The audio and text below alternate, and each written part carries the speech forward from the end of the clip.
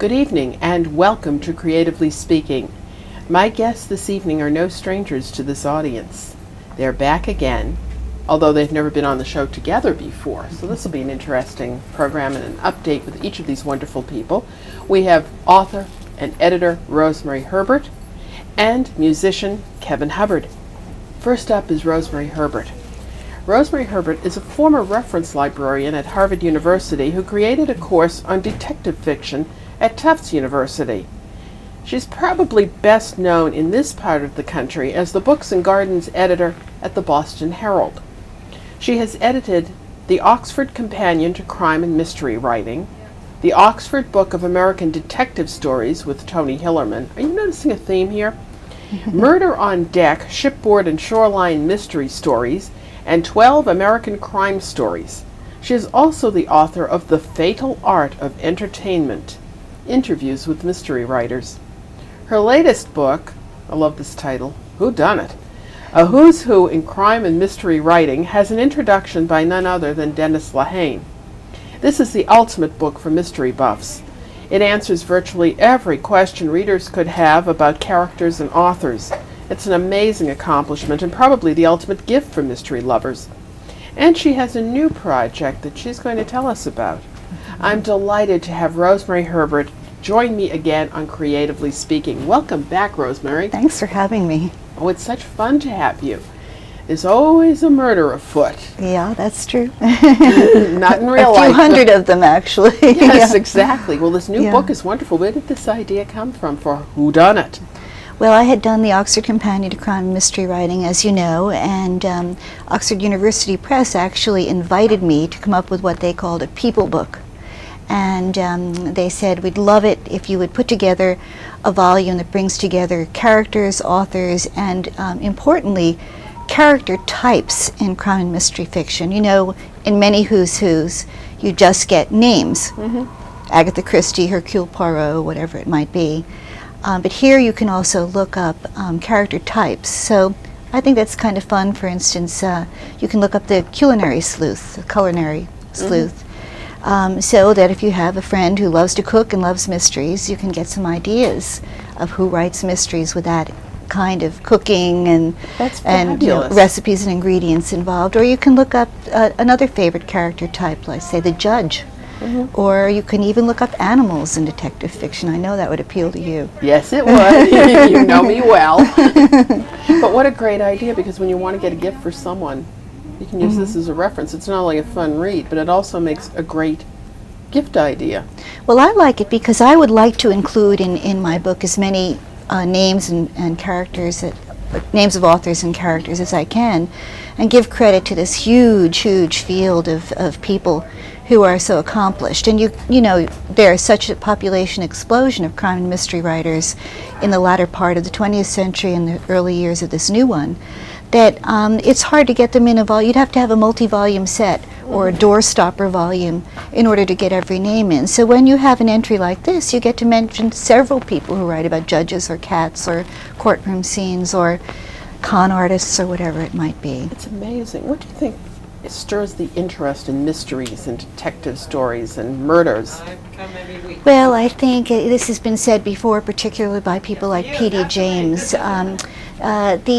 The interest comes in part because, strangely enough, it's a kind of a comforting genre. You go into it and you know, in very many mysteries, perhaps not all, there certainly are hard-edged ones that leave you hanging and where things are unresolved, but generally justice prevails.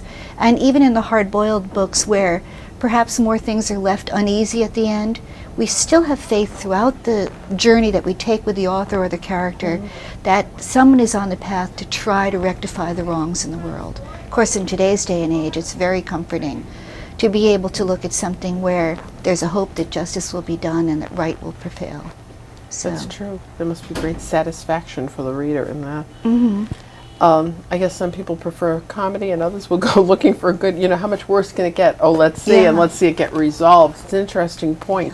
You can have comedy in a mystery novel, though, too, as I'm sure you're well aware. Oh, yes. So you can get a taste of other things that you enjoy about literature, every kind of literature in crime writing. What brought you to mysteries and murders?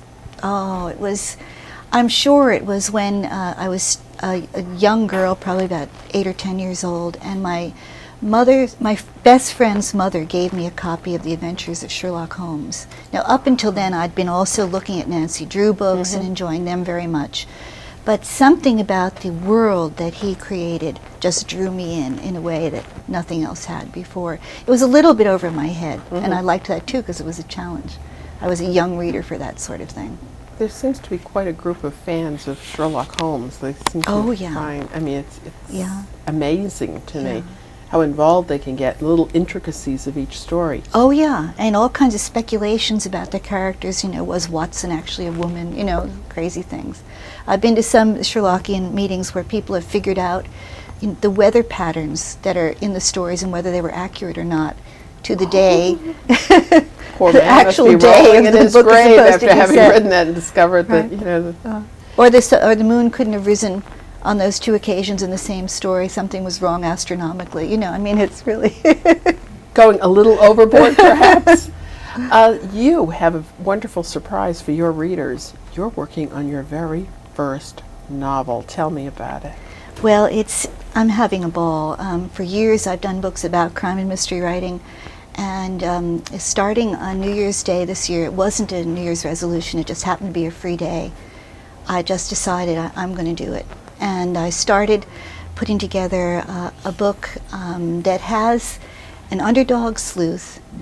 She's an underdog reporter on an underdog newspaper in a 2-newspaper town. And I wonder where that idea came from. A ball. I know inevitably people will ask me, you know, what this comes from my experience at the Boston Herald. And I have used the physical plant a little bit, the newsroom, physically what it's like in there.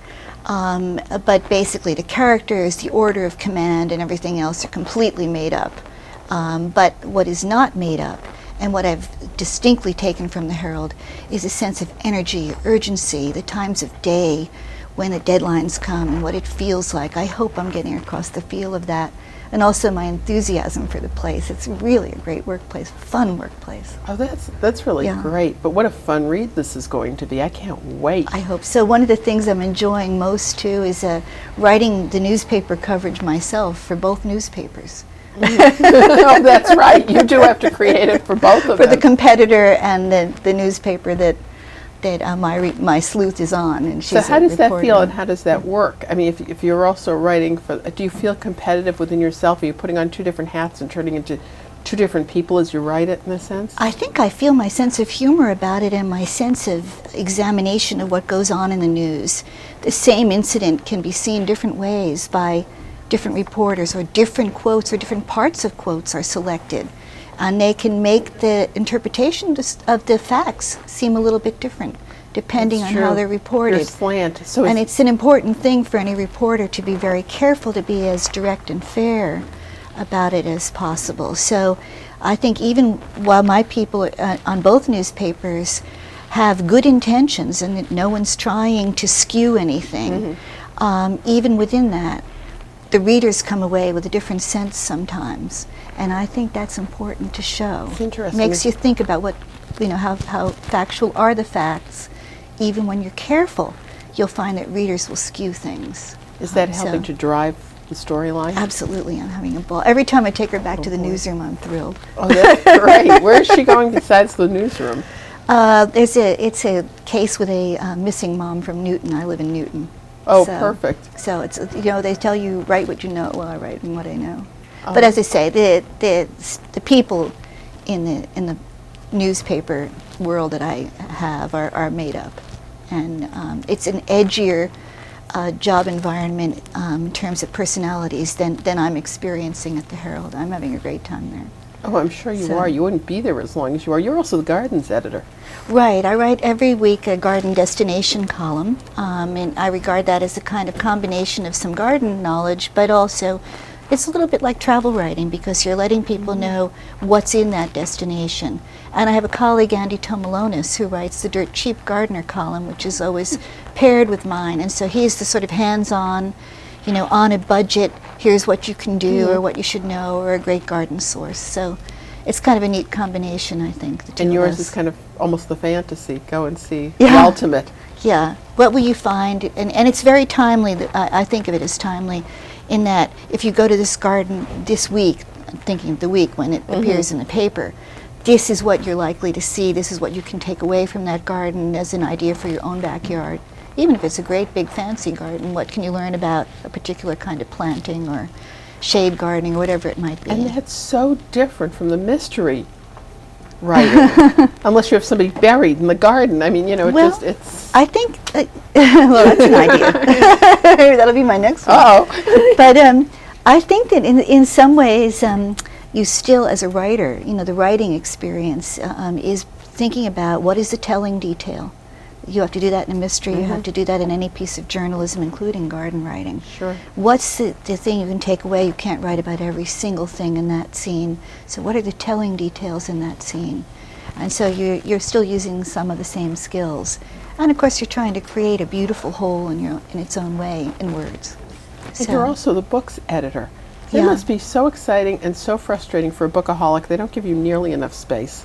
Well, actually, I'm proud my paper has expanded books coverage at a time when most of my colleagues on the National Book Critics Circle organization have been fighting for what they have and losing space. I know that, but you know, as So- an author, I've got to tell you, there's never enough space. We'd rather have more pages of that and fewer, say, sports pages. Yeah. Well, you know what? The Herald is going through some new layout things upcoming in June.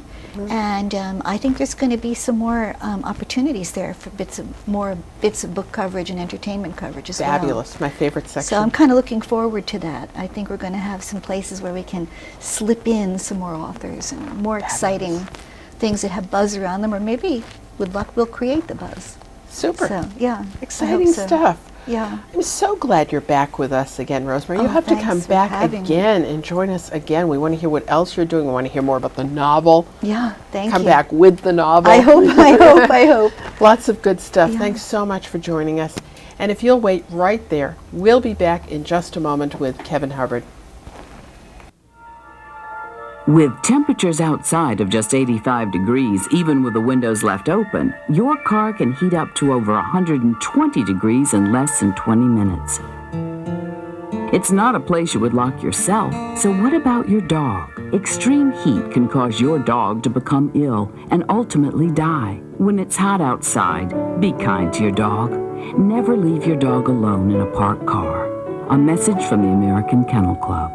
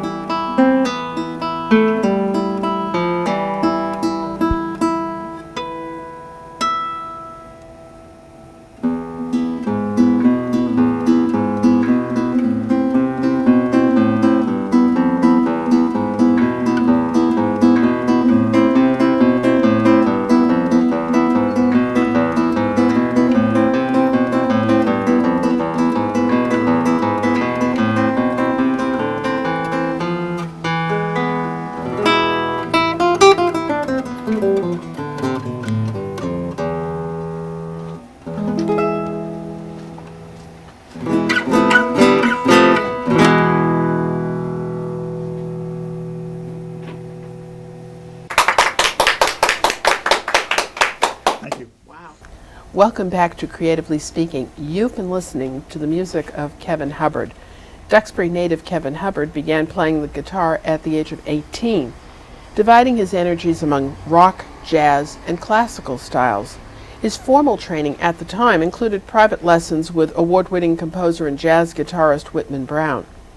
During the mid-'80s, he took a lengthy hiatus from music, and during that time he created a best-selling line of Boston scene artworks, spent time acting, did some radio broadcasting, co-authored a book about ice hockey with Stan Fischler, and won the 1996 World Table Hockey Championship. In 1998, Kevin Hubbard's life came full circle when he opted to return to music, focusing on the Spanish-style classical guitar. Since then, his training has included attending an Elliot Fisk-hosted masterclass in Granada, Spain, and private lessons with noted Boston area guitarists John Muratori and Peter Jansen. In the spring of 2002, he received a Bachelor of Arts degree in music, magna cum laude, from the University of Massachusetts, and he has finally recorded a CD, Aspirations. It's been a while since he's visited us. Welcome back to Creatively Speaking, Kevin. It's great to have you back. Thank you. It's great to be here. So how have things been going? There's suddenly this whole CD in your life and I a know. It's graduate exciting. magna cum laude from, this is amazing. Tell us about the CD. Well, there are 19 cuts on it. It's 46 minutes long, and 18 of them are more of your standard Spanish-style classical guitar pieces, and by 14 different composers from 10 different countries. And then Wow. the final piece is my own piece, the title cut, Aspirations, Super. a piece I composed quite a few years ago, but it's really exciting to finally record. And So you fulfilled your aspirations in a sense. yes, well, I mean, I've got a long way to go, but for now, I'm happy to take this first big step. It's fabulous. What's in the future for you? What would you like to do? I want to play out as many concerts as I can. I want to play, hopefully at schools for children and teach them about the history of the guitar and make them aware of who Andres Segovia was. A lot of history that I'm afraid is going to get lost. And I want to promote my CD and get it out across the country, across the world if possible. I'm trying to take one step at a time. But I have some pretty lofty goals, I guess, but you gotta aim high. Absolutely. Music is beautiful. What made you go back to music? Well, while I was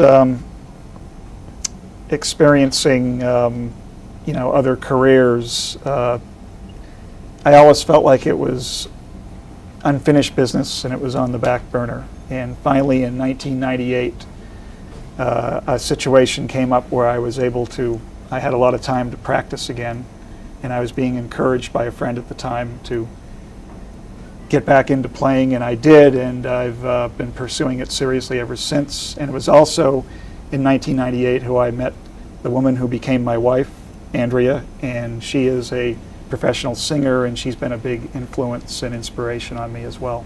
That's fabulous. It's unfortunate that this country doesn't encourage the arts as much as other countries do. So to be able to take that step is a great leap of faith. Did you feel comfortable about it? Well, yes, only because my whole life I've been taking chances and sacrificing for art. So I'm used to it, but at the same time, I'm hoping I'm starting to make some money off of it finally, and it feels great, and I'm hoping that will continue. I'm hoping it'll turn into a career that I can really support myself on. Do you want to do more of your own original compositions? Yes, I do, and I'm working on writing some more currently, and I hope to I hope to record more original pieces in the future. There's only one on this CD, but I'm also there are a lot of pieces by composers, standards that I'd like to learn as well. So both originals and standards are in my I have a vision in my goals. We have 1 minute. Before we let you take this show home with some more of your fabulous music, what would you like people to know about your playing, your music, and your compositions? Well, I want them to enjoy it as not only something they can put on while they're reading or studying and something that can be nice background music, but also something that if they wanted to just sit down and listen, that they could get some intellectual value out of it as well. So it can serve both purposes. It's not just background music. Why Spanish influenced flamenco? More flamenco guitar than anything else. There's something that when I first heard it, just the beauty of one guitar playing unaccompanied, without vocals, just one guitar being the orchestra and the voice has just been, it's very appealing to me, and it's a difficult style to learn as well, so it's also a challenge to be able to pull that off instrumentally without vocal accompaniment or, other instruments involved. Well, we want to listen to more of the beauty of your guitar playing, so we're going to let you take this show home. And I'm going to take this moment to thank my guests, Kevin Hubbard and Rosemary Herbert, and the people at the paper store for making us feel so welcome. Don't forget to join us again the next time we're Creatively Speaking. Now listen to some more of Kevin Hubbard as we say goodnight.